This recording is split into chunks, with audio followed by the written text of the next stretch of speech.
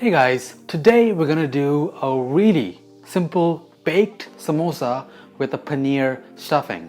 But before we get into the actual recipe, let's talk about merch.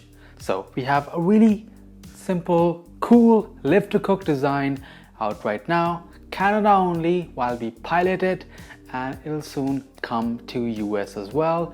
Comment down below if you are looking to buy from the US. And let me know in the comment section down below what is your all-time favorite samosa stuffing. Let's get to it. So Diwali is coming really soon in November, and Diwali just means party time, just fun time, festival of lights, victory of good over evil, and samosas. It's just the perfect party snack. And today let me show you how to make a baked version of a paneer samosa. But of course you can deep fry it or air fry it. But to see those methods, just stay tuned, hit subscribe, because I'll be doing those recipes with their own unique stuffings really soon in the next few weeks. So to get started, we'll heat up our ghee on medium heat and add in the cumin seeds and some hing. Let's cook that until it's nice and aromatic, and then add in your sliced onions and some chopped green chilies. Just let that become soft, let that become fragrant, and after 2 to 3 minutes, add in your thinly sliced peppers as well, along with your ginger and garlic. Mix that really well, and now just let that cook for about 2 to 3 minutes, and then add in all of your tomatoes. So really quick mixture. Then add in your salt, your ground coriander, degi mirch, garam masala, turmeric, and some of your dried fenugreek leaves, which you can just crush between the palms of your hands. You want to cook those tomatoes down, keep stirring from time to time to avoid it from sticking. And if the mixture at any point gets a little dry and you're afraid it's going to burn, just add in a splash of water and mix that really well. Now, as soon as those tomatoes have completely broken down, you want to add in your finely diced cubes of paneer. I've cut them about 1/3 to 1/4 inch thick dice, and that should be perfect. We don't want it to be too big because we want to put it in the samosa, we want to stuff it in. And if it's too big, well, it's not going to have as much flavor, because the smaller the paneer, the more masala in each bite that you have. Now just cook that for 2 to 3 minutes or until it's nicely warmed through. Season with salt for taste, and then garnish with cilantro. And then just let that cool down completely. If you try to stuff pastry when the stuffing is warm, it's gonna tear and it's gonna ruin any pastry that you work with. And while that is cooling down, get your oven all the way up to 425 Fahrenheit. And now let's start making our actual dough. To make the dough, you need some flour, some ajwain or carom seeds, and I'm going to use some ghee in that dough as well. Make sure it's molten ghee, and then kind of crumble and mix the flour and the oil together until you have a texture that looks a bit like this.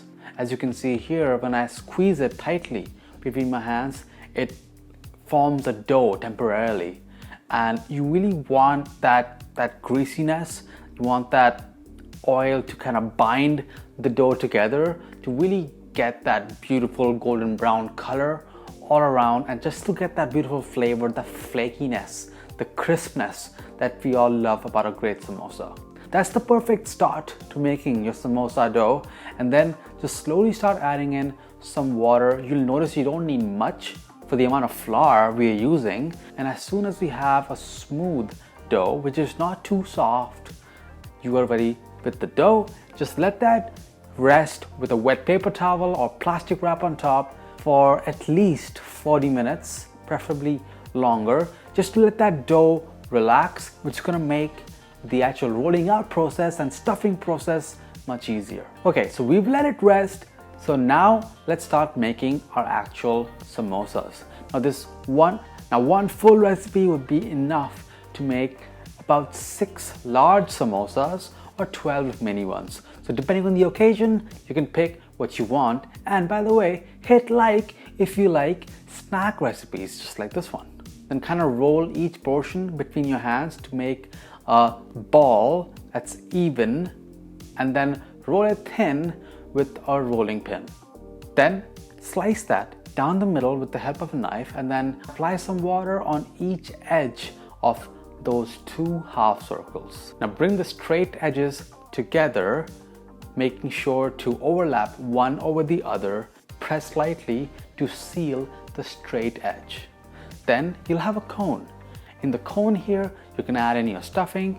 Make sure you don't underfill it, but also make sure you don't overfill it. Then you can pinch that edge together to a seal. And a quick tip here, if you want the samosa to be able to stand by itself, just overlap and fold the center on itself and then seal that thin.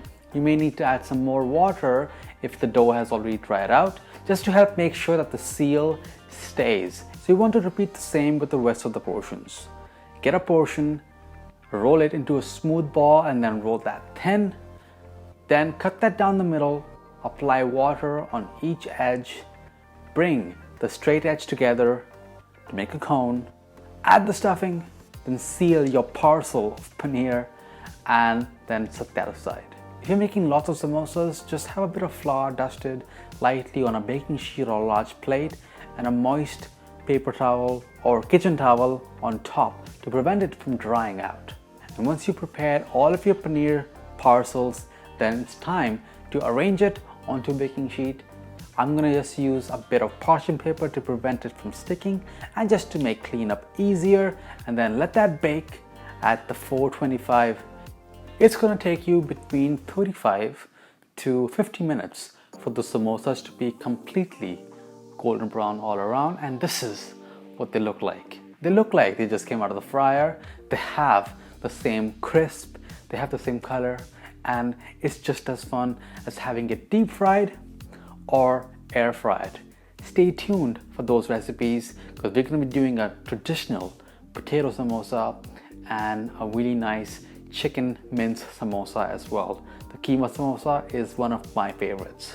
But here's the money shot for the paneer samosa, and it was so good. Just take a look at inside that samosa.